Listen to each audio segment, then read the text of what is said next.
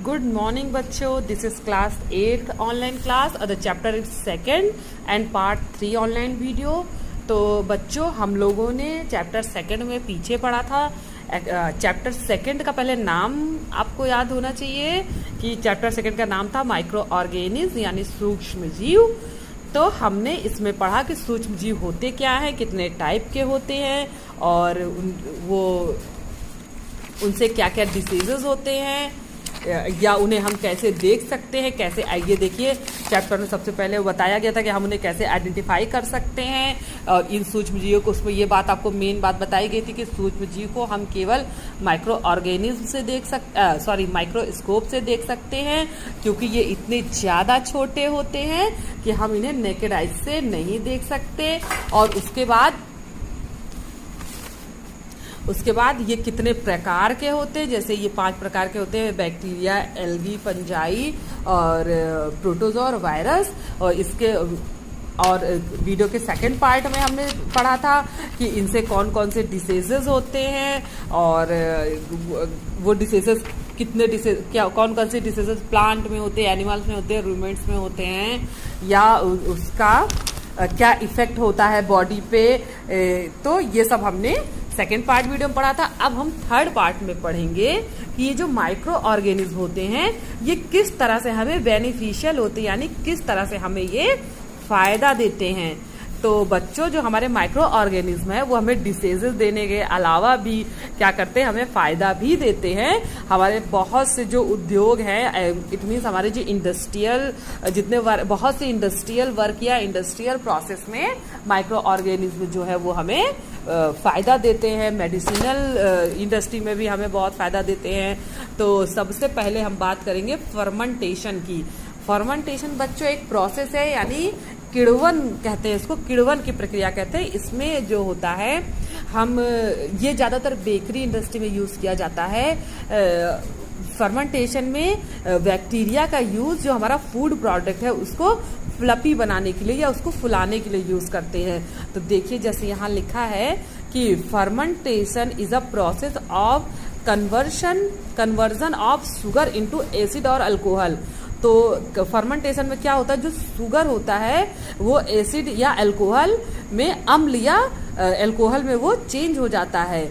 और किससे, जो हमारे माइक्रोब्स होते हैं या माइक्रो ऑर्गेनिज्म होते हैं वो कार्बन डाइऑक्साइड के साथ प्रोसेस करके या कार्बन डाइऑक्साइड के साथ, ये देखिए कार्बन डाइऑक्साइड एंड माइक्रोब्स, तो सूक्ष्म जीव द्वारा कार्बन डाइऑक्साइड द्वारा जो प्रोसेसिंग की जाती है तो उससे हमारा जो शुगर है वो एसिड और अल्कोहल में चेंज हो जाता है। तो जब हम इसको फूड प्रोडक्ट में मिलाते हैं तो उसके जो मॉलिक्यूल्स होते हैं वो फूल जाते हैं, तो हमारा फूड प्रोडक्ट फ्लफी हो जाता है। तो वो काफ़ी इंडस्ट्री में हमें इसका बहुत फ़ायदा मिलता है। तो देखिए जैसे द बेकिंग इंडस्ट्री, जो हमारे बेक करने वाले जितने भी प्रोडक्ट आते हैं हम लोग नॉर्मल घरों में यूज़ करते हैं, जैसे बन है या ब्रेड, इस टाइप की चीज़ें, तो वो बेकिंग इंडस्ट्री में वो बनाई जाती है।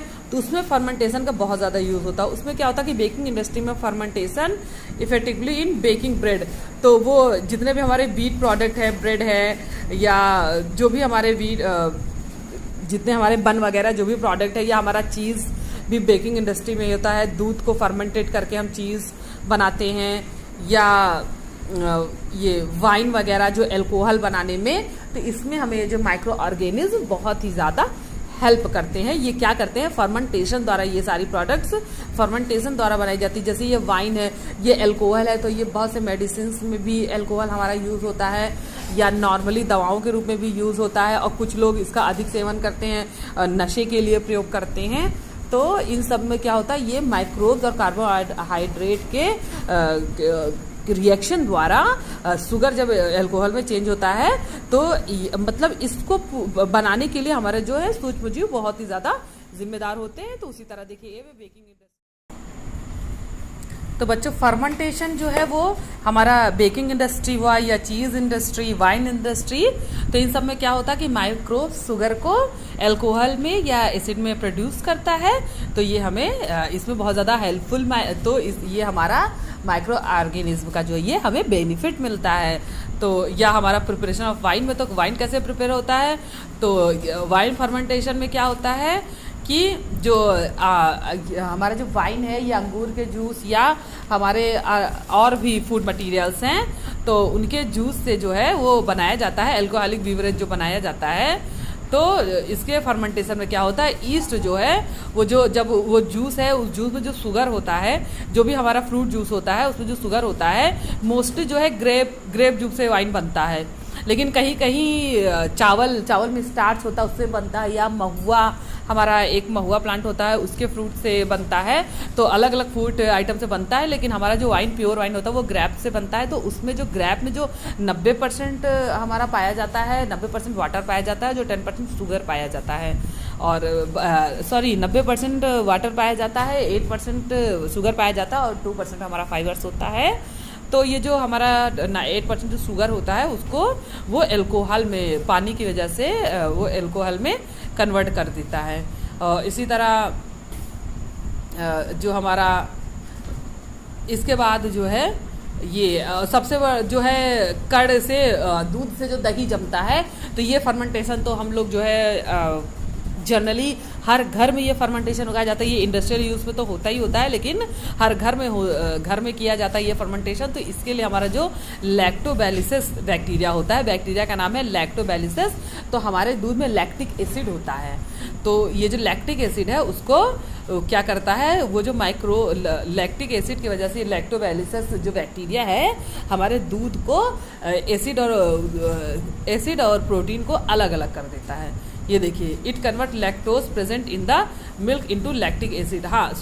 ये जो लैक्टोज दूध में होता है उसको लैक्टिक एसिड में चेंज कर देता है। जो लैक्टोज जो हमारा इसमें लैक्टोज में शुगर के गुण भी होते हैं, तो लैक्टोज को लैक्टिक एसिड में कन्वर्ट कर देता है, और जिससे ये हमारा दही जो है वो खट्टा हो जाता है।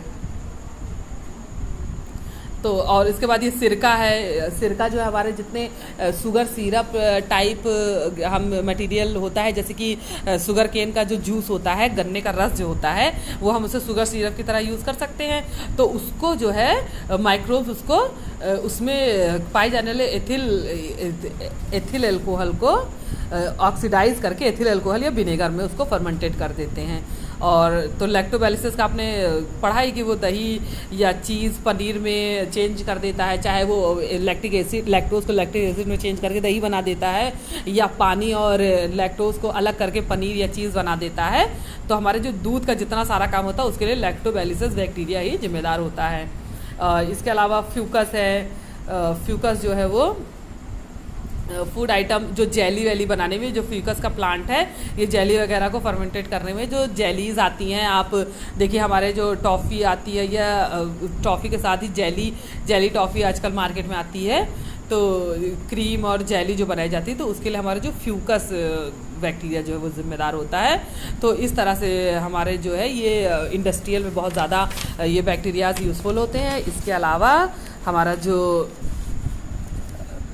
ये बैक्टीरिया हमारे जो मेडिकल यूज़ में है, तो उसमें जो सबसे बड़ा जो एंटीबायोटिक है जो वॉन्ड्स पे लगाया जाता है या फंगस पे लगाया जाता है, ये जो भी स्किन जब डैमेज होने लगे तो वहाँ एक जो यूज़ किया जाता है मलहम या ड्रग जिसे कहते हैं पेंसिलिन, तो ये हमारा जो है ये एक बैक्टीरिया फंगस है, उससे बनाया जाता है ये पेंसिलिन। ये एक एंटीबायोटिक है, ये वॉन्ड को जो है जर्म के अटैक से रोकता है। तो ये माइक्रोब जो है फंगस से मिलता है, तो वो पेंसिलिन बनाने के लिए उस माइक्रो ऑर्गेनिज्म का हम यूज़ करते हैं। या जो ये बैक्टीरिया है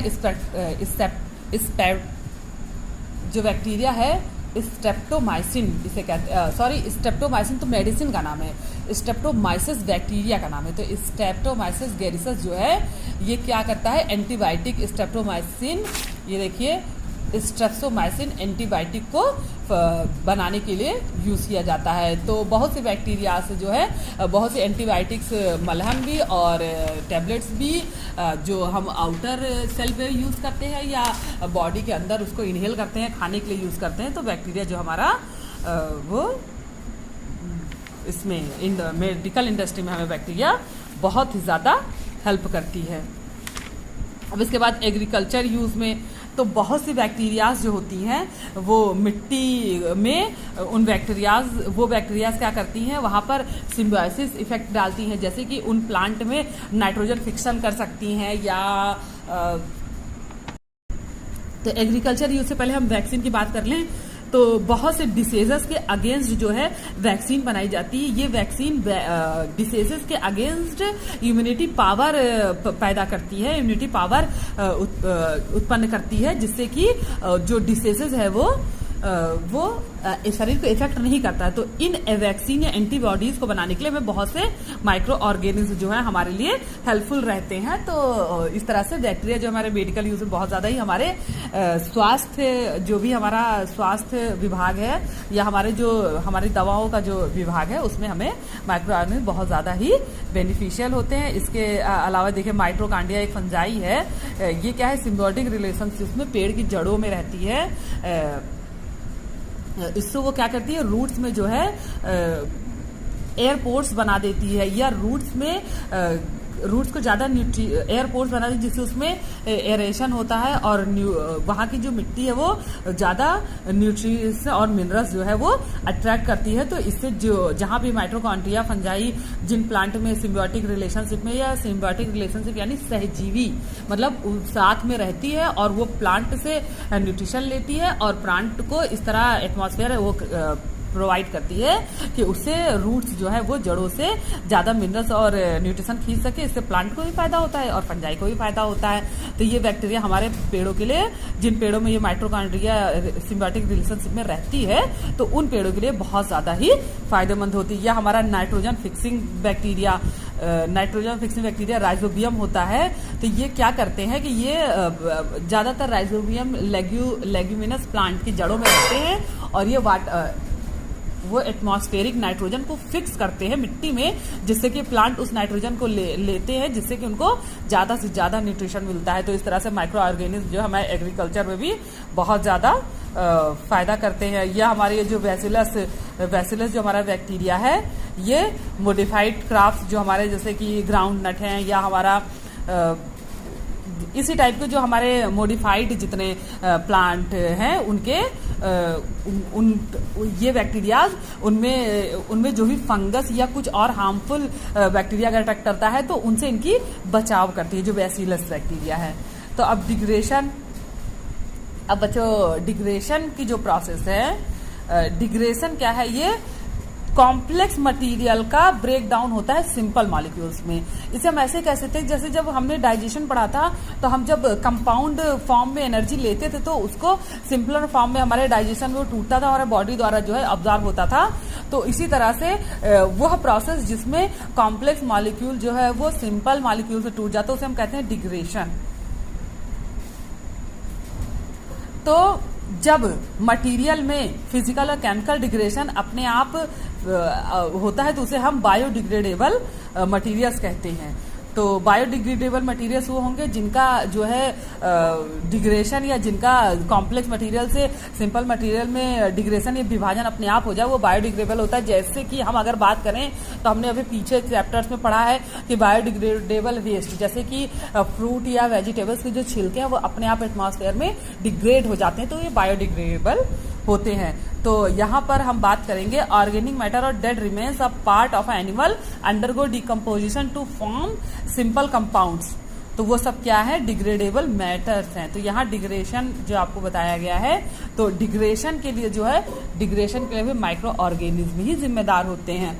तो जैसे ऑर्गेनिक मैटर जो है या डेड रिमेन मैटर या प्लांट एनिमल, मान लीजिए अगर डिग्रेड में माइक्रो ऑर्गेनिज्म जो है सहायता नहीं करें तो क्या होगा, मान लीजिए कोई प्लांट बॉडी है या कोई एनिमल बॉडी डेड हो जाए तो एटमॉस्फेयर में पड़ी रहे और वो डिग्रेड ना हो, मतलब कॉम्प्लेक्स फॉर्म से सिंपलर ना हो, छोटे फॉर्म में ना हो, तो क्या होगा कि एक दिन ये डेड मटेरियल से पूरी पृथ्वी ही पे केवल डेड मटेरियल ही दिखेंगे।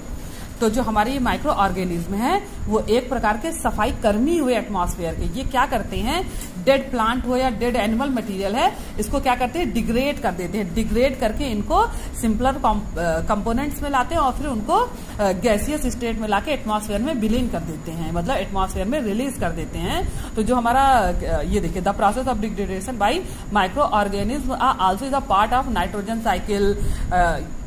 इन which nitrogen is release by the decomposition of organic matter. तो वो क्या करते हैं, ऑर्गेनिक मैटर को नाइट्रोजन में रिलीज करके एटमॉस्फेयर में रिलीज कर देते हैं, जिससे एटमॉस्फेयर में जो नाइट्रोजन साइकिल है, नाइट्रोजन का आवागमन का चक्र है, वो स्थिर रहता है। पहले तो कुछ माइक्रो ऑर्गेनिज्म नाइट्रोजन को जमीन में फिक्स करते हैं और कुछ डेड प्लांट मटेरियल को वापस एटमॉस्फेयर में नाइट्रोजन रिलीज कर देते हैं। इससे क्या है कि वो साइकिल जो है उसका इक्विवेलेंट जो है वो बना रहता है। तो माइक्रो ऑर्गेनिज्म हमारे एटमॉस्फेयर को साफ सुथरा करने में भी हमारा सहयोग करते हैं, तो ये हमारे लिए बेनिफिशियल है। अब हम बात करेंगे स्पॉइलेज ऑफ फूड, मतलब कि बैक्टीरिया और फंजाई से हमारा जो कुछ भोजन पदार्थ है वो खराब हो जाता है। जैसे हमारा जो बना हुआ जो भोजन है उसमें कुछ बैक्टीरिया या फंजाई की वजह से क्या होता है कि वो खराब हो जाता है, उसे हम कहते हैं स्पॉइलेज, यानी खाने का खराब होना, स्पॉइलेज होना। ये देखिए, various bacteria are responsible for spoilage of milk. तो बहुत से बैक्टीरिया जो है दूध को खराब करने या पनीर को खराब करने या जो भी हमारे कच्चे जो भी फूड आइटम है उनको खराब करने के लिए जिम्मेदार होती हैं। या हमारे बहुत से फंगस भी हैं, जैसे ब्रेड को या रोटी को, वाइन को, बियर को, इन सबको क्या करते हैं, वो खराब करते हैं। वो माइक्रो ऑर्गेनिज्म जो है वो स्पॉइल कर देते हैं, बेकार कर देते हैं भोजन को। तो स्पॉइलेज से बचने के लिए हमको क्या करना है, हमको फूड को प्रिजर्व करना है, यानी उसको बचाना है।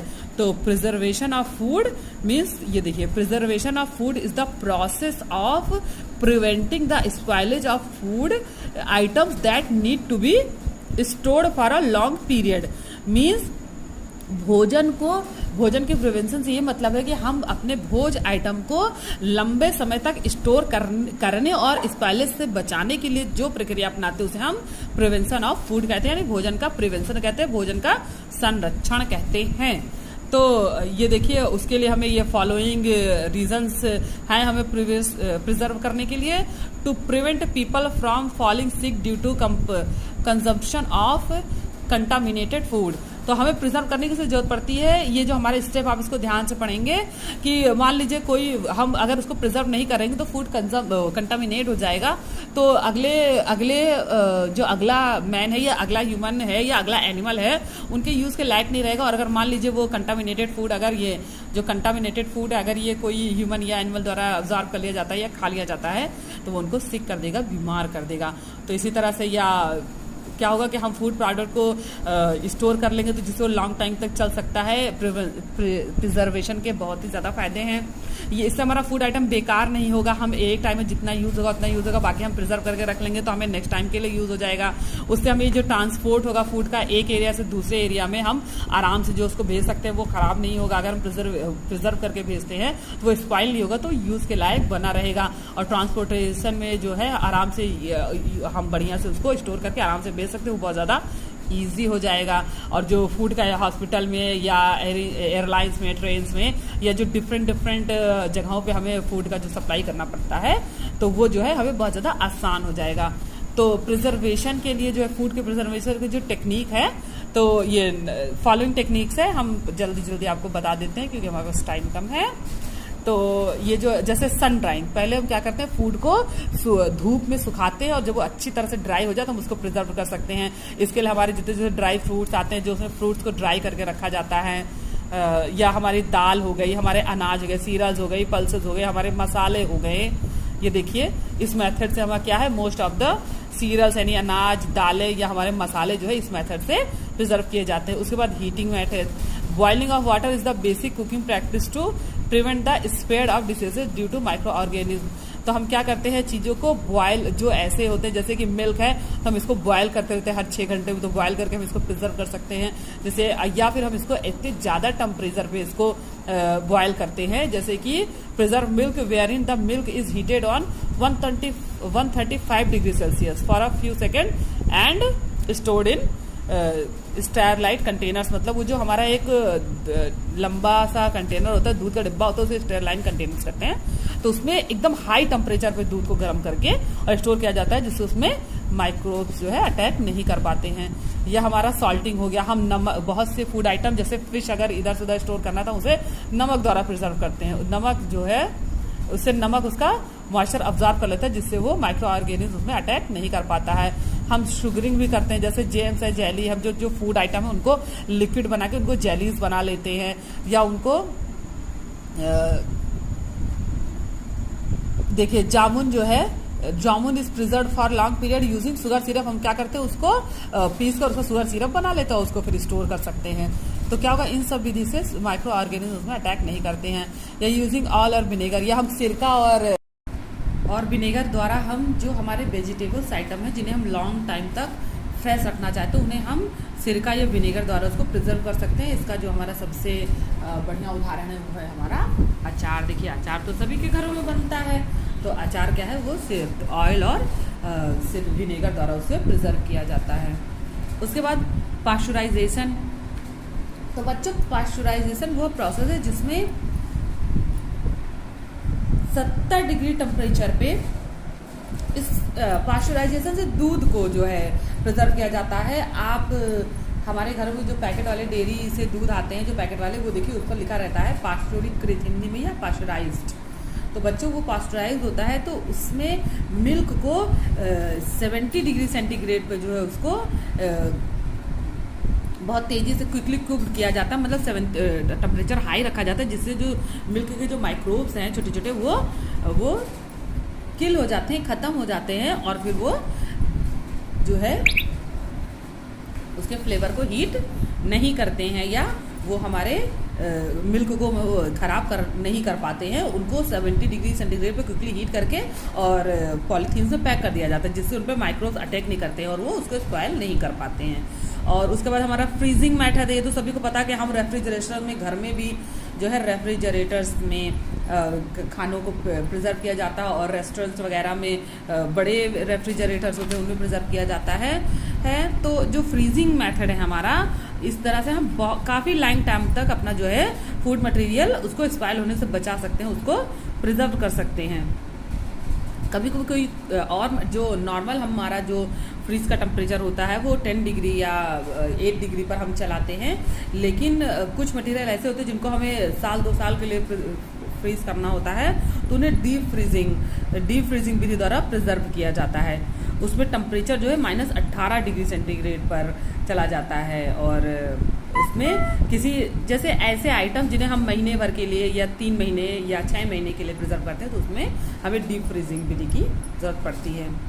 अब कैनिंग की बात करें, फूड को किसी स्टरलाइन बॉटल में, ताज़ा फूड को स्टरलाइन बॉटल में भर के और बंद कर दिया जाता है, जिससे कि उसमें ना एयर का एरेशन हो और ना ही माइक्रो ऑर्गेनिज्म अटैक करे। तो इस तरह से बॉटल्स में, कैंस में हम चीज़ों को कैंस में भर के जो है इसे यूज़ कर, मतलब उसे गर्म करके और तुरंत ही उसको बिल्कुल पैक्ड डिब्बे में बंद कर देते हैं, एयर टाइट डिब्बे में उसको बंद कर देते हैं, जिससे कि क्या है, उसमें बाहर का एयरेशन, जो जितना आप अंदर हीट होता है तो अंदर का एयरेशन उसके साथ रिएक्ट कर जाता है, और बाकी वो ना एयरेशन होता है, ना एयर के संपर्क में फूड मटेरियल आता है, ना उसमें माइक्रो ऑर्गेनिज्म अटैक करता है, ना फूड कंटामिनेट होता है। तो उस विधि को हम कहते हैं कैनिंग। उसके बाद केमिकल प्रिजर्वेटिव्स। अब इसके अलावा ये सारी विधि तो हमारी नॉर्मल है, जिसमें किसी भी केमिकल का यूज़ नहीं कर रहे, केवल हीट का यूज़ कर रहे हैं, या सन से हीट कर रहे हैं, या हम टेम्परेचर हीटिंग कर रहे हैं, या ऑयल विनेगर, जो भी हम नेचुरल चीज़ों से प्रिजर्व कर रहे हैं। इसके अलावा हम केमिकल प्रिजर्वेशन भी करते हैं, चीज़ों के अकॉर्डिंग केमिकल जो है, जैसे ये हमारा सोडियम बेंजोएट या सोडियम मेटा बायोसल्फेट, ये सब चीज़ें क्या है, हम चीज़ों को प्रिजर्व करने के लिए इनका हम यूज़ करते हैं। तो केमिकल प्रिजर्वेटिव जब हम यूज़ करते हैं, या तो उससे क्या होता है कि हमारा जो फूड है वो केमिकली तो इफेक्ट हो जाता है, लेकिन माइक्रो ऑर्गेनिज्म से वो बिल्कुल ही सुरक्षित रहता है, वो स्पॉइल नहीं होता है, वो हमारा भोजन जो है वो खाने लायक रहता है। और इसीलिए जो हमारे जो हमारे फ्राइड फूड आइटम्स हैं, उनको जो है पैक करने के लिए हम जो है नाइट्रोजन गैस का उपयोग करते हैं। इसलिए हमें जो ड्राइड फूड आइटम जो पैकेट्स में हम मिलते हैं, देखिए उनके अंदर एक गैस भरी होती है, तो वो नाइट्रोजन गैस होती है, क्योंकि नाइट्रोजन जब नाइट्रोजन गैस हम पैकेट में भर देते हैं तो ऑक्सीजन उसमें बिल्कुल ख़त्म नहीं रह जाती, ख़त्म हो जाती है। तो जब ऑक्सीजन का रिएक्शन नहीं होता है, तो मॉइस्चर का रिएक्शन नहीं होता, तो माइक्रोब्स अटैक नहीं करते हैं, तो हमारा जो वो ड्राई फूड आइटम है वो काफ़ी लंबे समय तक प्रिजर्व रहता है। तो बच्चों, आपका ये चैप्टर कंप्लीट हो गया। अब आपको ये एक्सरसाइज है, इसको मैं पोस्ट करूँगी, तो आप अपनी कॉपी में ये एक्सरसाइज करेंगे यहाँ, और ये जो डिफाइन किया जा रहा है इसको अलग से मैं पोस्ट करूँगी, आप इसको जो है करेंगे। इसको मैं अलग से भी वीडियो के बाद जो है आपको ग्रुप में डाल दूंगी, आप इसको करेंगे। इसके बाद आप ई तक क्वेश्चन करेंगे। इतना करने के बाद इस चैप्टर में आप कुछ नहीं करेंगे। लेकिन ये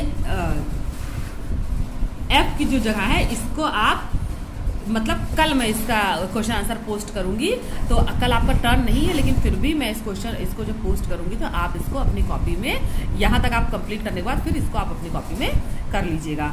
आपको जो आपका क्वेश्चन आंसर या एक्सरसाइज जो करना है आपको A B C D E F और G इतना आपको सिलेबस पूरा कॉपी में कंप्लीट करना है।